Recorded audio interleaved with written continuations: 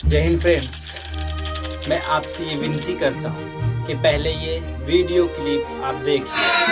राजगुरु दफा 121 और दफा 302 के तहत फांसी। सुखदेव दफा 121 और दफा 302 के तहत फांसी।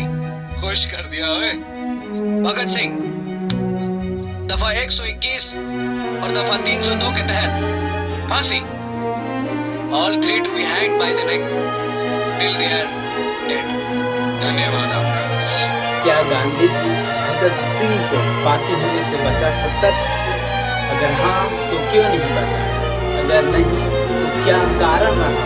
हमने तो मैंने स्टेटस की बात की है और वो हम लेकर रहे हैं। टोटल इंडिपेंडेंस, पूर्ण स्वराज, बस ये हमारा हक है और हम इसे छीन के लेंगे। इन वीडियो क्लिप देखने के बाद आपके मन में कई प्रश्न पूछता हूँ, जैसे कि डोमिनियन स्टेटस क्या होता है, दूसरी टोटल इंडिपेंडेंस क्या होता है, तीसरी प्रश्न भगत सिंह क्यों टोटल इंडिपेंडेंस डे के बात कर रहे हैं। इन प्रश्नों को उत्तर हम वीडियो के लास्ट तक देना चाहेंगे। पहले हम जान लेते हैं भगत सिंह कौन थे और भगत सिंह का जन्म कहाँ हुआ था। भगत सिंह एक इंडियन फ्रीडम फाइटर थे। भगत सिंह का जन्म 28 सितंबर 97 को पंजाब के जिला लुधियाना के गांव बंगा में हुआ, जो अभी के टाइम वह जगह पाकिस्तान में पड़ता है। भगत सिंह के पिता का नाम किशन सिंह संधू और माता का नाम विद्यापति कौर। भगत सिंह के पिता एक किसान थे और माता गृहिणी। किशन सिंह संधू का मात्र एक ही बेटा था, जिसका नाम था भगत सिंह। ये भगत सिंह का फैमिली डिटेल है। अब एक नज़र डालते हैं भगत सिंह के प्राइमरी एजुकेशन। सिंह की प्रारंभिक शिक्षा उन्होंने पंजाब के जलंधर से ही प्राप्त किया। उसके बाद वे बीए की डिग्री लाहौर के नेशनल कॉलेज से प्राप्त की। आज के दिन हर कोई भगत सिंह के बारे में जानता है, लेकिन मेरा मानना यह है कि वह देश के one of the most understood and one of the most represented freedom fighter थे। आज सभी लोग भगत सिंह के प्रोफाइल पिक्चर सभी लगा करके घूमते हैं, लेकिन शायद कोई ऐसा होगा जो उनके बारे में गहराई से जानने की कोशिश की होगी। आइए हम इस वीडियो में भगत सिंह के बारे में गहराई से जानते हैं।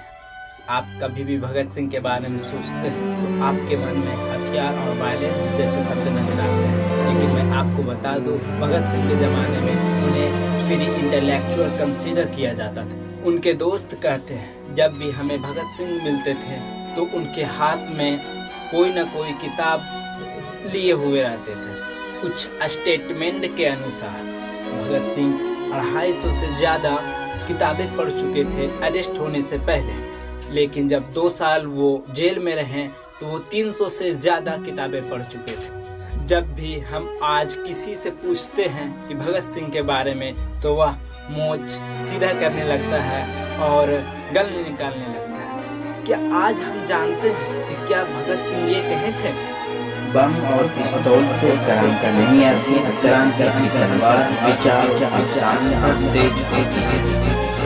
इसलिए दोस्तों, आज आपके सामने भगत सिंह के 3 बड़े विचारों को आपके सामने प्रस्तुत करना चाहूँगा। Number 1 socialism, number 2 ethics, number 3 internationalism. Bhagat Singh Karl के आइडिया से बहुत प्रभावित थे। वे जब देखते थे कि कैसे किसानों को, फैक्ट्री मजदूरों को और वर्कर को कैसे ट्रेड किया जाता है उन्हें सोसाइटी के द्वारा, यही सोसाइटी के लिए भगत सिंह लड़ना चाहते हैं। इनके इंस्पिरेशन दिखता है 1923 के प्राइज विनिंग एसे में, जब वे गुरु गोविंद सिंह को कोट करते हैं। सूरज पहचाने जो लड़े दीन के हेत, ऊर्जा कटमरे भावना छड़े खेत। ज्ञान हुआ है जो दीन दुखियों के लिए लड़ता है और भले ही इसका पूजा अलग हो जाए। हमारे सभी फ्रीडम फाइटर को देश से, ब्रिटिश राज से आज़ादी दिलाना फर्स्ट प्रायोरिटी थी। और जो सोशल जस्टिस का सवाल था उस पर भी बाद में भी चर्चा किया जा सकता था। लेकिन भगत सिंह के कहना था कि एक किसान के लिए और एक मजदूर के लिए यह फर्क नहीं पड़ता है कि टॉप पर कौन बैठा है या फिर सरकार में कौन बैठा है, चाहे वो इंडियन हो या फिर ब्रिटिश। एक्सप्लॉइटेशन होता है। अगर एक्सप्लॉइटेशन चलता रहेगा तो कोई बदलाव नहीं आएगा किसानों और मजदूरों पर। इसीलिए भगत सिंह ने एक पार्टी का स्थापित किया जिसका नाम था हिंदुस्तान रिपब्लिकन एसोसिएशन। लेकिन भगत सिंह और चंद्रशेखर आज़ाद ने उस पार्टी का नाम चेंज कर उसमें कुछ बदलाव कर दिया और उसका फिर नाम रखाया Hindustan socialist Republican association. Bhagat Singh के स्ट्रॉन्ग डेडिकेशन, उनके विचारधाराओं में जब असेंबली में बम गिराया गया था तो भगत सिंह ने 3 स्लोगन उठाया था। नंबर 1 इनकलाब जिंदाबाद, number 2 workers of the world unit और number 3 down with imperialism. Bhagat Singh के एक और आइडियोलॉजी सेकुलर एथेइज्म पे है, जहाँ एक तरफ महात्मा गांधी इंडियन सेकुलरिज्म की बात करते हैं तो दूसरी तरफ भगत सिंह फ्रेंच सेकुलरिज्म की बात करते हैं। भगत सिंह कहते हैं कि सरकार को किसी भी धर्म से कोई लेना देना नहीं चाहिए, क्योंकि रिलीजियन किसी भी व्यक्ति का पर्सनल अफेयर होता है। हम भारतीय हम क्या कर रहे हैं, पीपल की अफवाह कर जाती है और हिंदुओं की धार्मिक भावना आहत हो जाती है। कागज की मूर्ति ताजिया इंसान की जानवरों से तो ज्यादा अहमियत होनी चाहिए, और फिर भी यहाँ भारत में वे पवित्र जानवरों के नाम एक दूसरे के सिर फोड़ देते हैं। एक बड़ा फेमस श्लोक है ऋग्वेद में, वसुधैव कुटुम्बकम, पूरी दुनिया एक परिवार है। आज के दिन जो अपने आप को बहुत बड़ा नेशनलिस्ट कहते हैं, एक्चुअली में वह जिंगोइज्म के लेवल तक गिर चुके हैं। जिंगोइज्म एक ऐसा शब्द है जो अपने देश के भला के लिए तो छोड़िए, दूसरों के देश को नीचे दिखाने के लिए और दूसरों के देश को गाली देने के लिए उन्हें ज़्यादा इंटरेस्ट होता है, उसे जिंगोइज्म कहा जाता है। आज के दिन जो दुश्मनी हिंदुस्तान और पाकिस्तान के बीच में है, इससे भी कई ज़्यादा दुश्मनी फ्रांस और जर्मनी के बीच थे और जापान और अमेरिका के बीच में थे। जब भगत सिंह के ज़माने, भगत सिंह का एक थॉट था कि देशों के बीच जंग न हो बल्कि ट्रेड हो, और उस दिन का नाम कहलाएगा जेनिथ ऑफ प्रोग्रेस।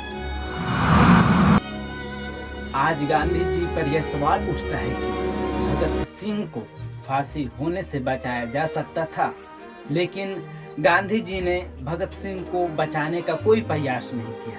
मेरे भाई, आपको हम बताना चाहते हैं कि गांधी जी जब भगत सिंह के लिए लड़ रहे थे तो गांधी जी उस वक्त ना ही प्रधानमंत्री थे और ना ही राष्ट्रपति।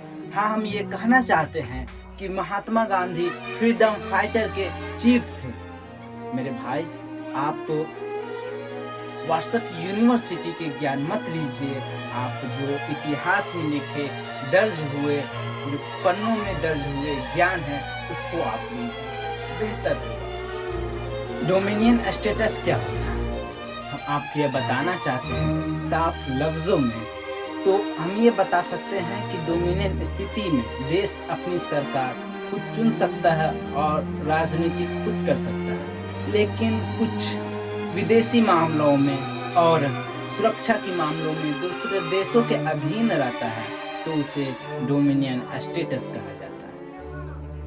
टोटल इंडिपेंडेंस क्या होता है, तो हम आपको यह बताना चाहते हैं कि टोटल इंडिपेंडेंस के अंतर्गत अपने देश की राजनीतिक मुद्दा हो या फिर विदेशी मुद्दा अपने तरीके से डील करना, यानी दूसरे देशों के अधीन न रहना, उसे हम टोटल इंडिपेंडेंस कहते हैं। भगत सिंह ही क्यों टोटल इंडिपेंडेंस की बात कर रहे हैं, तो भगत सिंह ही नहीं बल्कि पूरे फ्रीडम फाइटर जो हमारे देश के थे वो टोटल इंडिपेंडेंस के बाद करते। इनकलाब जिंदाबाद। उम्मीद करता हूँ आपकी ये वीडियो इंफॉर्मेटिव लगा। ऐसे ही हिस्टोरिकल वीडियो देखने के लिए हमारे चैनल को सब्सक्राइब कीजिए और अपने दोस्तों के साथ शेयर कीजिए।